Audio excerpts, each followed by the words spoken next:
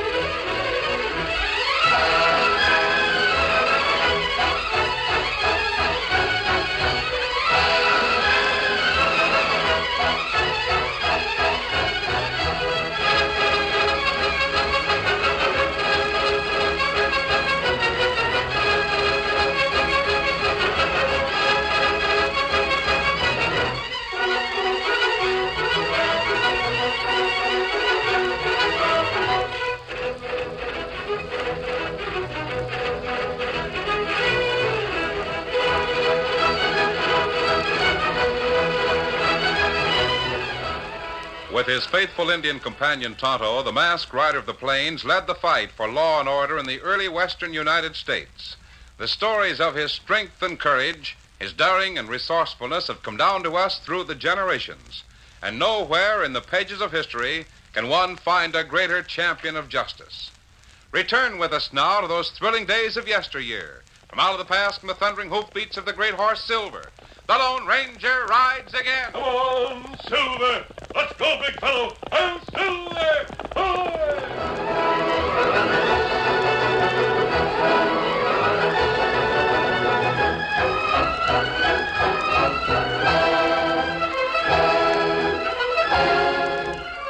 Judd Travers was 6'5" of brawn and muscle. He ran the Travers Ranch with an iron hand, priding himself upon being tough and strong.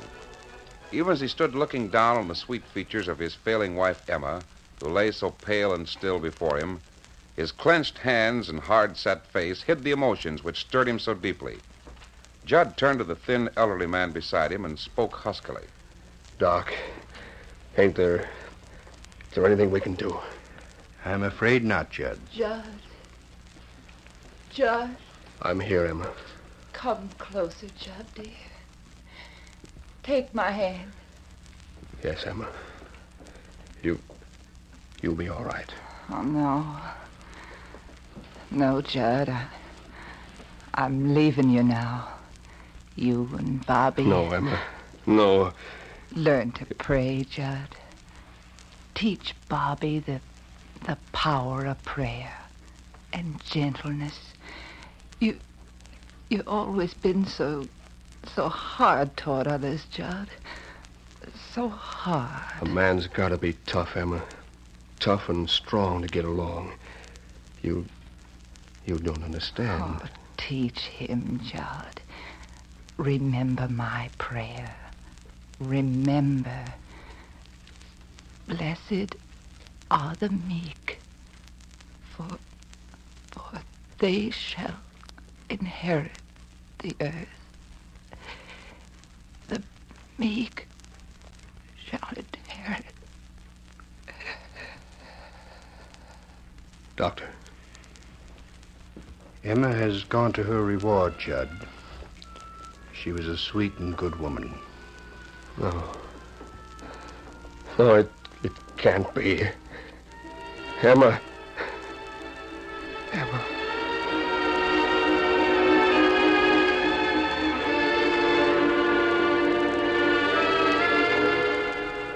Following the death of his wife, Judd Travers became hard and bitter.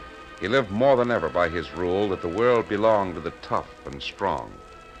One afternoon, Bobby Travers, Judd's 11-year-old son, entered the ranch house. Hello, Daddy. Where have you been all afternoon, Bobby? I'm over playing with Susie Bell, Daddy. She's 10 years old and almost as big as me. Mr. Bell says someday maybe we'll both have ponies and we can go riding. Hey, hold on. You mean to tell me you were over to that sheep herder's place? But, Daddy, they like to have me come over. And Susie doesn't have anyone to play with. Son, if you ever go to their place again, I'll give you a whaling you won't forget. But, Daddy... You heard what I said. Stay away from that sheep herder's kid. Yes, Daddy. Stop sniveling. I told you got to learn to be tough and strong if you want to get anywhere. You'll soon learn that people that go to raising sheep ain't good for you to mix with. Now remember that, son. Yes, Daddy. And forget that rubbish about owning a pony. Tomorrow we'll start breaking in that colt that's over in the corral. You can start in riding him. But he's mean. I'd be afraid. And you'll get over being afraid. You're going to learn to ride that colt and like it. Now go on and get ready for supper, son. Here's Joe coming to talk to me. Yes, Daddy. What's up, Joe? I've come to tell you that the sheep are back in the North Range, Judd. There's plenty of other grazing land for our cattle, so So the sheep are back, huh? Well, that settles it. We're going to do something about them right now. But, Judd, there's nothing much we can do. Get the boys together. Meet me in front of the corral. What are you fixing to do, Judd? I'm taking you and the boys, and we're riding over to Bell's place. I'll show that sheep herder they don't come any stronger nor tougher than Judd Travers. I'll get going.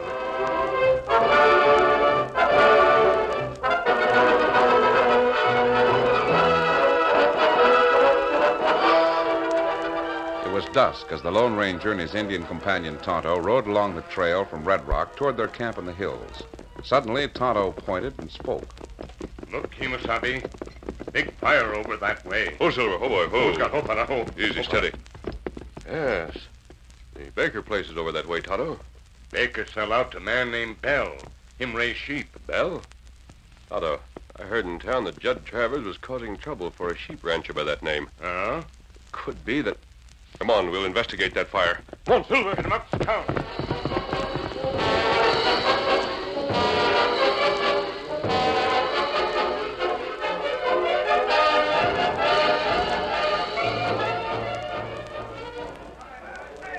Judd Travers and his men had set fire to the big barn behind the ranch house at the Bell place. Inside the house, David Bell, a soft-spoken, educated Easterner, stood watching from a window, while his little daughter, Susie, clung trembling to her mother's skirt as Mrs. Bell rested a hand on her husband's shoulder.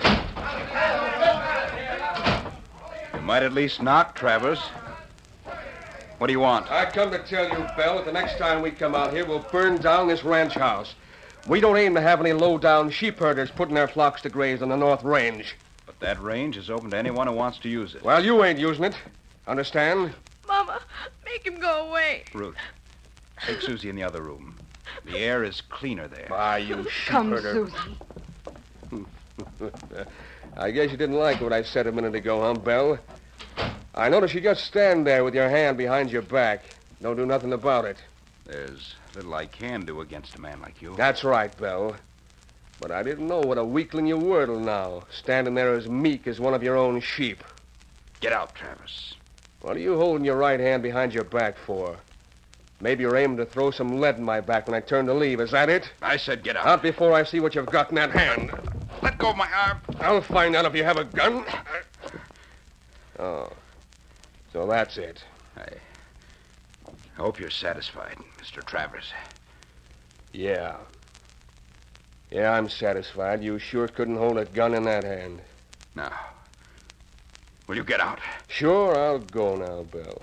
But I'm warning you. Be careful where you put them sheep of yours to graze. Next time, you lose more than just your barn. All right, boys, let's go. If I still had the use of this hand, I'd never have had to put up with anything like this. I heard them riding away, David. To think I'd have to stand here and take that sort of thing from a man like Travers. Oh, David, dear, don't let yourself become bitter.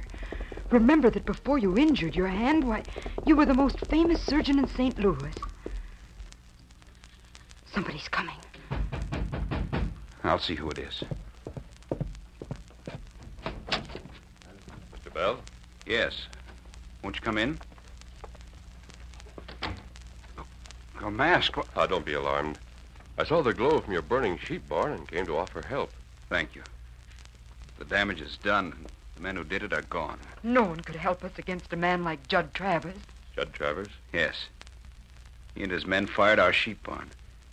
He threatened to come back and burn us out completely if our sheep aren't taken off the North Range. I see. I didn't think Travers would go that far. The man is utterly ruthless. I doubt if there's a spark of decency in his makeup. He would be no match for a man like Travers, stranger. That remains to be seen. Perhaps he won't bother you again, Dr. Bell. Why do you call me Dr. Bell? I've seen your picture many times in the St. Louis papers. Tell me, why did you give up surgery for sheep raising? My husband injured his right hand. He can no longer operate. I'm sorry. But with your knowledge of medicine, you could still teach or do general lecture work or... Please. I'd rather not discuss it.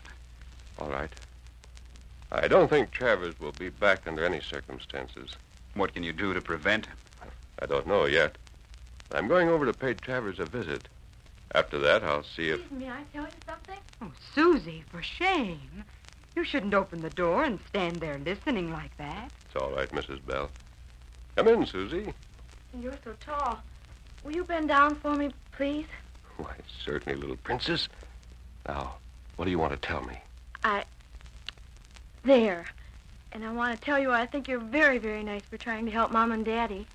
Susie, that was the best thank you I've ever received. Well, I'll see you all again. Adios. Come on, Silver.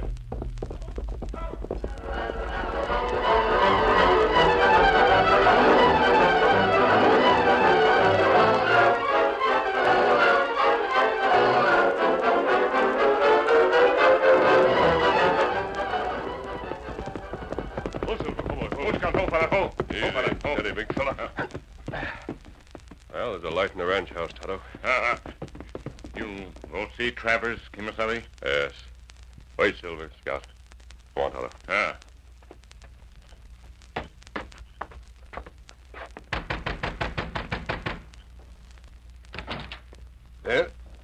A masked owl hoot. And an Indian. I'm not an owl, who did you say? But I want to talk to you. That is, you're not afraid. Afraid? Who, me? Come on in. I got him covered, Judge. I knew you would have, Joe. Do you always need a bodyguard, Mr. Loudmouth? Why, you... A big, tough fellow like you shouldn't be afraid. Put down that gun, Joe. Don't you do it, Joe. Keep 'em covered. And if they make one false move, let 'em have it. I said put down your gun. Listen to him. Trying to act tough. And his gun's still in leather. Stranger Joe's keeping that gun on both of you, like I said. I give the orders around here. Oh, in that case, I'll have to put it down for him. Right out of my hand. All right. You got the drop on us now. But, stranger, if you didn't have that gun, I'd beat you within an inch of your miserable life. I see. Tonto, keep them both covered. Me watch him. Oh, put my guns here on the table. What? You mean you're aiming to stand up to me without your guns? That's the general idea, Travers. Why? You were pretty tough at Bell's Ranch. Why don't you get tough with me? I'm ready. Really, huh? Stranger, maybe you haven't heard, but they don't come any tougher than I am. I'm not impressed, Travers. All right, you're asking for it. Now, you're going to get a beating you'll never forget, as long as you live.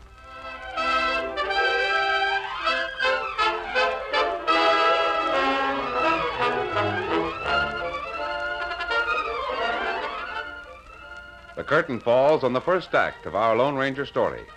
Before the next exciting scenes, please permit us to pause for just a few moments.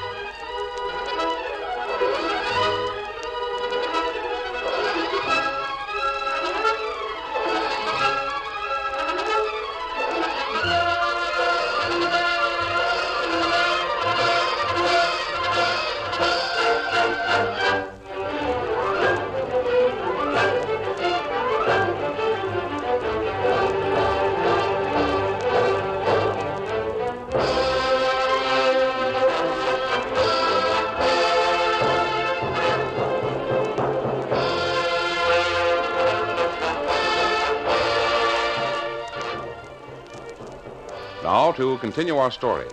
As Judd Travers moved in to fight him, the Lone Ranger realized that as tall and broad-shouldered as he himself was, the man before him was even taller and broader, outweighing him by 50 pounds.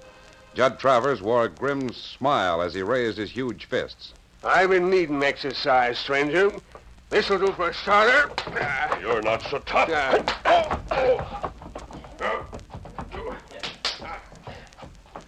Judd Travers was breathing heavily, and he found it more difficult to avoid the lightning-like punches of the masked man. This sneering smile left Judd's face. Amazement and disbelief took its place. He tried frantically to beat down this dodging, shifting adversary with sheer brute strength, but to no avail. The Lone Ranger suddenly darted in and planted 2 telling blows, one to the midsection, one to the chin. Have you had enough, Travers? Or shall we repeat the treatment lightly? Oh, I've had enough. Why? I can't believe it. All right, we'll leave now. But, Travers, if you ever bother the Bells again, I'll be back. I'll beat you to a pulp. Come on, Tonto.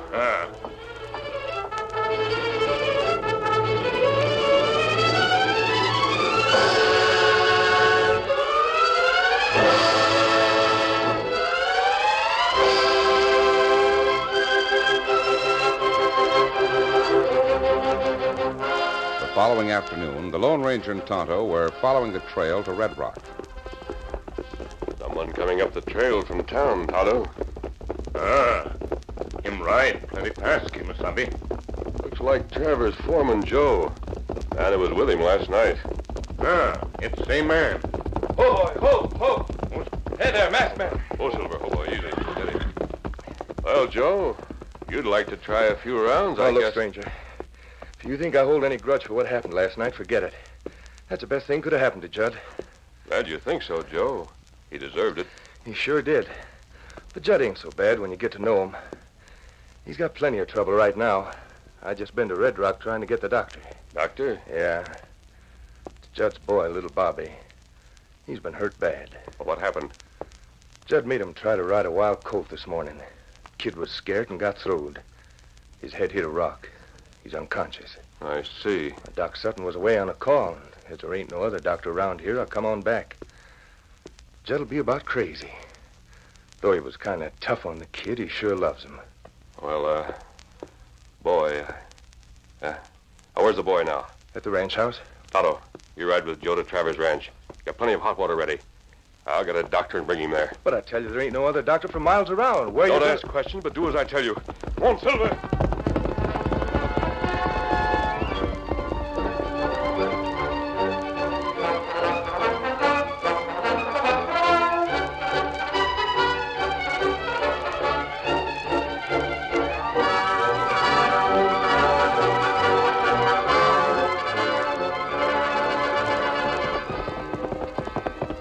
Oh, Silver, boy, oh. Easy, steady, big fella.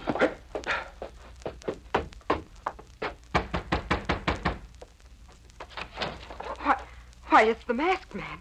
We heard what happened last night. Mrs. Bell, I've got to talk to your husband. A matter of life or death. Oh, come in. Good afternoon, stranger. Dr. Bell, did you bring your medical kit and surgical equipment out west with you?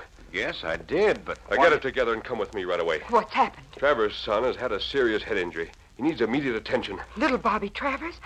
Oh, that's terrible. Judd Travers' son? I don't David. see... But my hand, I can't. It may call for an operation. In that case, we'll find a way. You must come, Doctor. Yes, Doctor, you must.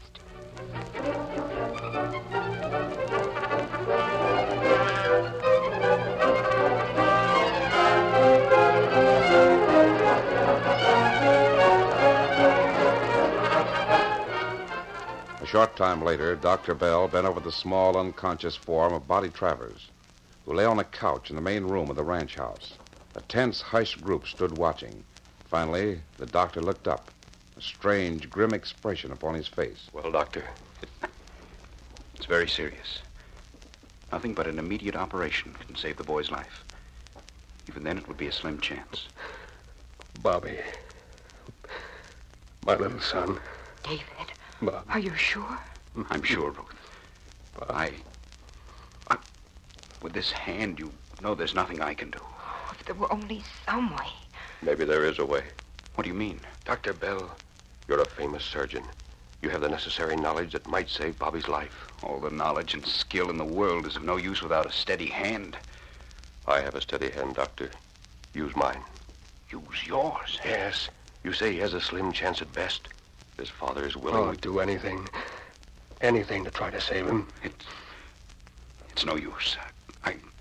I don't see how we can David. If we delay too long, Doctor. All right. I'll tell you what to do, and your hand shall take the place of mine. Everybody, get plenty of lamps, clean sheets, hot water, quickly. Ruth, you sterilize the instruments and prepare the patient. Then be ready to administer the ether. Yes, Doctor. No, I'm sure Bobby's going to have his chance. I'll be ready when you are, Dr. Bell.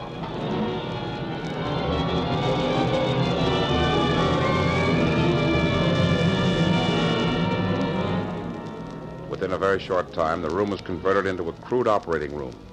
The Lone Ranger and David, wearing improvised surgical gowns and face masks of white sheeting, stood side by side near the little patient, ready to cooperate to give Bobby his slim chance for life. Meantime, Judd went into the next room. It's all my fault. Making him ride that colt. The doctor says it'll be a miracle if he comes through. If there was only something I could do. Learn to pray, Judd. Teach Bobby the power of prayer. The power of prayer, Emma said. Teach him, Judd. Remember my prayer. Blessed are the meek, for they shall inherit the earth. Meek. That's what I called Dr. Bell yesterday. Said he was as meek as one of his sheep. God forgive me. Blessed are the meek. Our Father which art in heaven, hallowed be thy name. Thy kingdom come.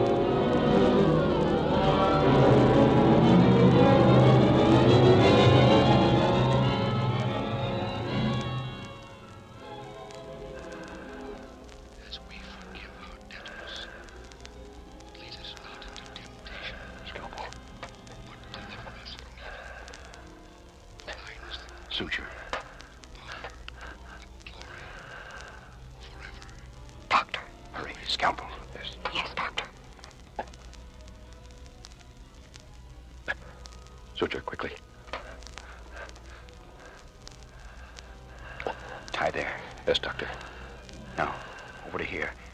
And pull to this point. Now tie.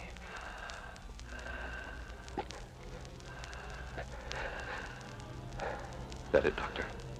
A miracle. Amazing. We're finished. Oh, David. Well, Doctor? We'll know in a few hours. Doctor.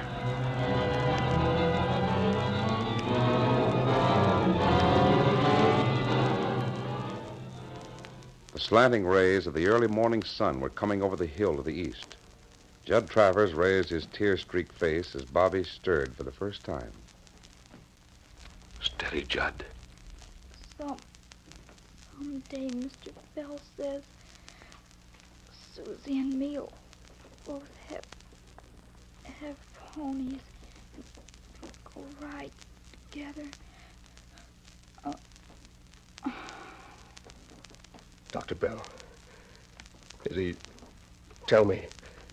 Is he... It's a good sign, Mr. Travers. Yes, I think the pressure is gone. Bobby will get well now. Thanks.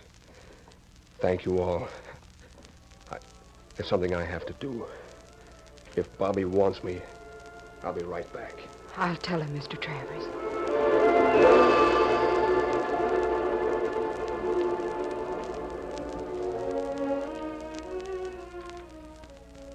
Well, Dr. Bell, now that we know Bobby will be all right, Tonto and I'll leave. I don't know where Travers went. I'm sure he'll want to see you. Is Bobby awake? Daddy, Daddy.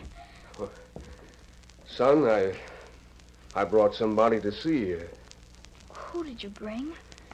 Come on, Susie. You brought Susie? Yes, he did, Bobby. And your daddy says we can play together. All we like. Won't that be fun? Can I, Daddy?